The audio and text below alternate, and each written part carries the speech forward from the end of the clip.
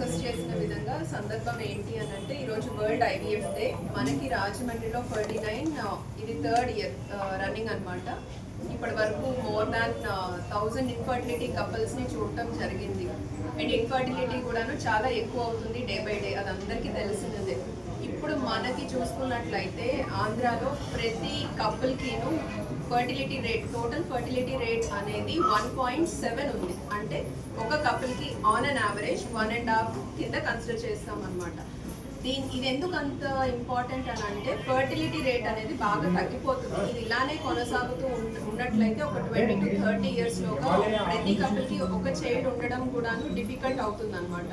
దీని వలన యూత్ ఎవరైతే ఉంటారో యంగ్ యాక్టివ్ పాపులేషన్ తగ్గిపోయి ముసలి వాళ్ళు ఎక్కువ అవ్వడము, ఓవరాల్గా కెపాసిటీ ఆఫ్ ద పాపులేషన్ అనేది తగ్గిపోతుంది. వర్కింగ్ పాపులేషన్ అవ్వనివ్వండి, రిప్రొడక్టివ్ యాక్టివ్గా ఉన్న పాపులేషన్ అవ్వనివ్వండి, ఎకానమీ కూడా బాగా ఎఫెక్ట్ అవుతుంది ఇలా అయినట్లయితే. అందుకనే ఇప్పుడు అడ్రస్ చేయడం ఈ ఇష్యూ అన్నది చాలా ఇంపార్టెంట్. ఇకపోతే ఇన్ఫర్టిలిటీ విషయానికి వచ్చేసరికి female factor or male factor, మనకి సాధారణంగా సొసైటీలో ఉన్న అపోహ ఏంటి అని అంటే ఇన్ఫర్టిలిటీ అని అంటే ఫీమేల్లోనే ప్రాబ్లం అని. బట్ కాదు, స్టాటిస్టిక్స్ కానీ రీసెర్చ్ కానీ స్టడీస్ ఏం చెప్తుంది అని అంటే 50-50. మన దగ్గరికి వచ్చే పేషెంట్స్లో 50% మంది మగవారి లోపం వలన పిల్లలు కలగకుండా బాధపడుతున్నారు. వాళ్ళందరూ కూడాను ఫీమేల్లోనే లోపం ఉంది అనుకుని వదిలేస్తున్నారు అనమాట. నెక్స్ట్ ఏంటి అని ట్రీట్మెంట్ చేయించుకోకుండా. ఇది one of the important thing.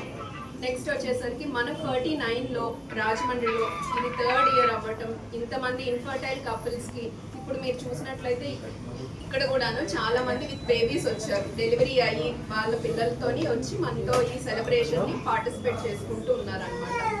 And coming to 49, not only treatment, research పరంగా కూడాను క్లినికల్ రీసెర్చ్ అంటే ఏంటి అని అంటే ఇప్పటి వరకు మనం ట్రీట్మెంట్ చేసే విధానాలు ఎలా ఉన్నాయి, ఏ ఏరియాలోనైనా మనం మెరుగుపరుచుకోగలుగుతామా, ల్యాబ్ ఎలా ఉంది, మన ల్యాబ్ ఎక్విప్మెంట్ కానీ అడ్వాన్స్డ్ వరల్డ్ క్లాస్ టెక్నాలజీ ఏదైతే వాడుతున్నామో ఏ ఏరియాస్లో బెటర్ అవ్వగలమా, ఇదంతా కూడాను ప్రోటోకాల్స్ చేయడం ఇవాల్వ్ అవుతూ ఉంటాం అనమాట.